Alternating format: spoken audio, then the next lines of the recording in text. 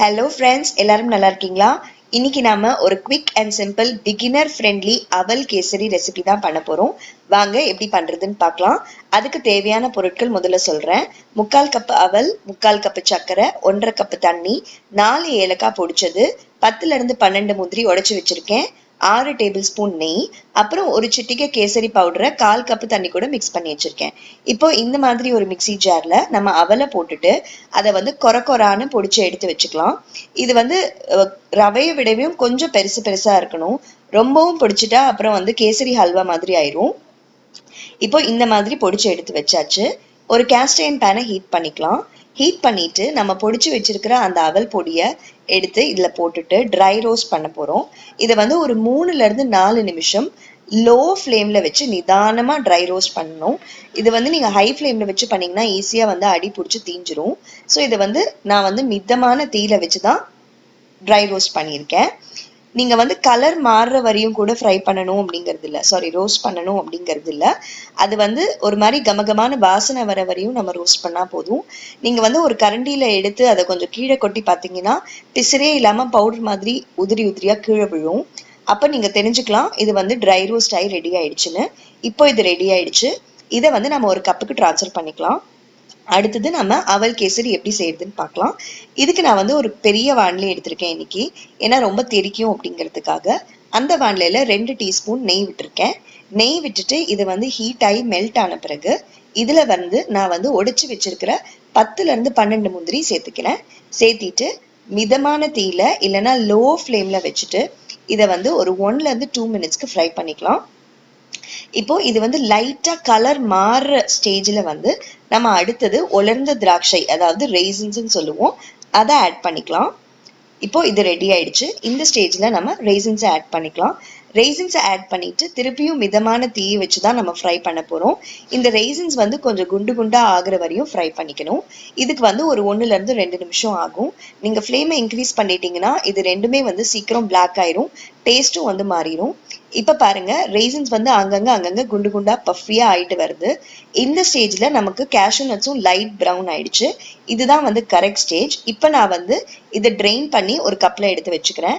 அந்த அவல் பொடிச்சு வச்சிருக்கிற கப்லயே இதையும் நான் போட்டு வச்சுக்கிறேன். இப்போ ட்ரெயின் பண்ணியாச்சு. இப்போ எடுத்தும் வச்சாச்சு. இப்படிதான் இருக்கும் பார்க்கிறதுக்கு. அடுத்தது அதே பேன்ல நான் 4 ஏலக்காயை பொடி செஞ்சுட்டு அந்த தோலையும் நீக்கி வச்சிருக்கேன். அதையும் சேர்த்துக்கலாம். இப்போ இதுல ஆல்ரெடி ஒரு டீஸ்பூன்ல இருந்து 1.5 டீஸ்பூன் நெய் இருக்கும். அது கூடயே நான் வந்து ஒரே ஒரு சிட்டிகை கேசரி பவுடரை வந்து 1/4 கப்பு தண்ணியில கரைச்சி வச்சிருக்கேன். அதையும் சேர்த்துக்கிறேன். இதோட 1/4 கப்பு தண்ணி அதையும் சேர்த்துக்கிறேன். ஸோ நம்ம 3/4 கப்பு அவல், 3/4 கப்பு சர்க்கரைக்கு 1.5 கப்பு தண்ணி சேர்த்த போறோம். இப்போ இந்த தண்ணியை நான் சேர்த்தின பிறகு இதை வந்து நல்லா தளதளான்னு கொதிக்க விடணும். ஏன் வந்து நான் கலர் வந்து இந்த ஸ்டேஜ்லயே போட்டுட்டேன்னா அப்போ உங்களுக்கு வந்து ஈவனா மிக்ஸ் ஆகி கேசரி பார்க்கறதுக்கு நல்லா இருக்கும். லேட்டர் ஆன் போடுறதை விட நீங்க இப்பவே போட்டுட்டீங்கன்னா அது வந்து ஈஸியாவும் மிக்ஸ் ஆயிடும். கலர் போடுறது ஆப்ஷனல். இப்போ நம்ம பொடிச்சு வச்சிருக்கிற அவல், முந்திரி, அப்புறம் திராட்சை இது எல்லாத்தையும் சேர்த்துக்கலாம். சேர்த்துட்டு ஒரு விஸ்க் வச்சு மிக்ஸ் பண்ணிக்கலாம். விஸ்க் ஏன் யூஸ் பண்ணணும் அப்படின்னா அப்பதான் வந்து உங்களுக்கு வந்து கட்டி கட்டாம நல்லா ஸ்மூத்தா இருக்கும் அந்த மிக்சர். இது வந்து ரவா கேசரி மாதிரியும் கட்டி கட்டாது. பட் இருந்தாலும் நீங்க வந்து விஸ்க் போட்டு நல்லா மிக்ஸ் பண்ணி இந்த மாதிரி குக் பண்ணீங்கன்னா லோ ஃப்ளேம்ல குக் பண்ணணும். இதைய அந்த மாதிரி குக் பண்ணீங்கன்னா கேசரி வந்து டெக்ஸ்சர் வந்து அட்டகாசமா இருக்கும். இப்ப பாருங்க, இது நல்லா நம்ம மிக்ஸ் பண்ணியாச்சு.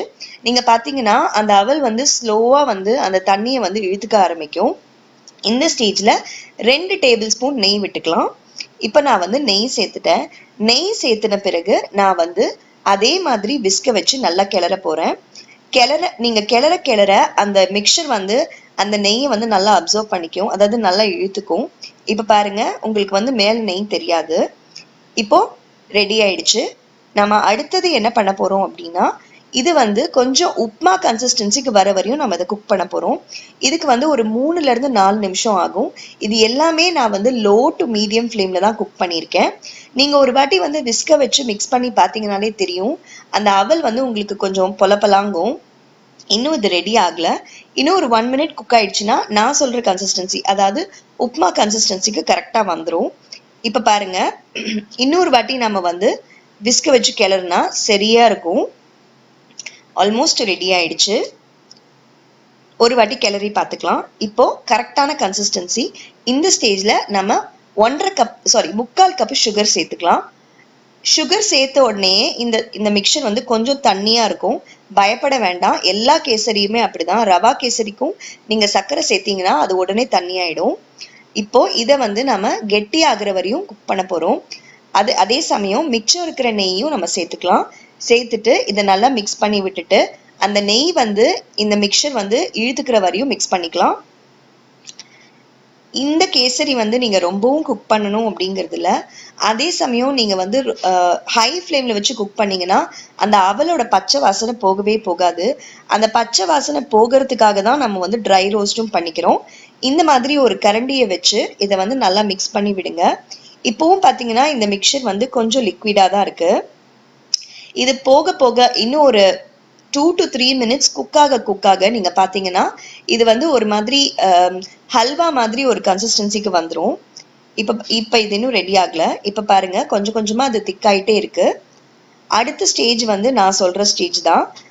இது நீங்க வந்து ரொம்பவும் வந்து கேசரியை வந்து அடுப்புலயே வச்சு குக் பண்ணிட்டீங்க அப்படின்னா அது ரொம்ப திக்காயிரும். அப்புறம் அதை சர்வ் பண்ணும்போது அது வந்து கேசரி மாதிரியே இருக்காது. அது ஒரு மாதிரி ஹார்டா இருக்கும்.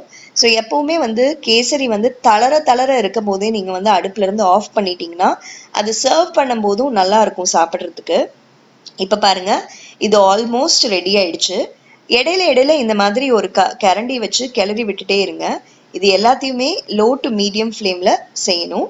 அப்பதான் வந்து அடி பிடிக்காம நல்லா வரும். இப்ப பாருங்க இது ஆல்மோஸ்ட் ரெடி ஆயிடுச்சு. எந்த ஒரு ஸ்வீட் செய்யறதுனாலும் அந்த ஸ்வீட்டோட குவான்டிட்டியை விட ஜாஸ்தியா இருக்கிற ஒரு பாத்திரம் யூஸ் பண்ணிக்கிட்டீங்கன்னா உங்களுக்கு சுத்தி முத்தி தெரிக்காம நீட்டா இருக்கும் பாக்குறதுக்கு. இப்ப பாருங்க இது ஃபுல்லா ரெடி ஆயிடுச்சு. இப்படி கிளறி விட்டுட்டு நீங்க வந்து ஒரு வாட்டி அந்த கரண்டியை எடுத்து கீழே கொட்டி பாத்தீங்கன்னா இந்த மாதிரி நல்லா கீழே விழுகும். அதே சமயம் உங்களுக்கு வந்து நல்லா திக்காவும் இருக்கும். செமி சாலிட் கன்சிஸ்டன்சின்னு சொல்லுவாங்க. இப்போ இது ரெடி ஆயிடுச்சு. பாருங்க இந்த மாதிரி மிக்ஸ் பண்ணி பாருங்க. இந்த மாதிரி நல்லா கீழையும் விழணும். அதே சமயம் ரொம்பவும் தண்ணியாவும் இருக்கக்கூடாது. அவல் கேசரி ரெடி ஃப்ரெண்ட்ஸ். ஆறுன பிறகு அது இப்படிதான் இருக்கும். இப்ப வாங்க பார்க்கலாம். ஒரு ஸ்பூன் எடுத்து இது எப்படி இருக்கு அப்படின்னு பாருங்க. முந்திரி திராட்சை எல்லாம் போட்டு அவல் கேசரி அட்டகாசமா ரெடி ஆயிடுச்சு. இந்த ரெசிபி உங்களுக்கு பிடிச்சிருந்ததுன்னா மறக்காம கமெண்ட் பண்ணுங்க, லைக் பண்ணுங்க, உங்க ஃப்ரெண்ட்ஸ் கூட ஷேர் பண்ணுங்க. எங்க சேனலுக்கு சப்ஸ்கிரைப் பண்ணுங்க. பெல் பட்டனை அமுத்துங்க. நோட்டிபிகேஷன்ஸ் டக்குன்னு வரும். தேங்க்யூ ஃபார் வாட்சிங்.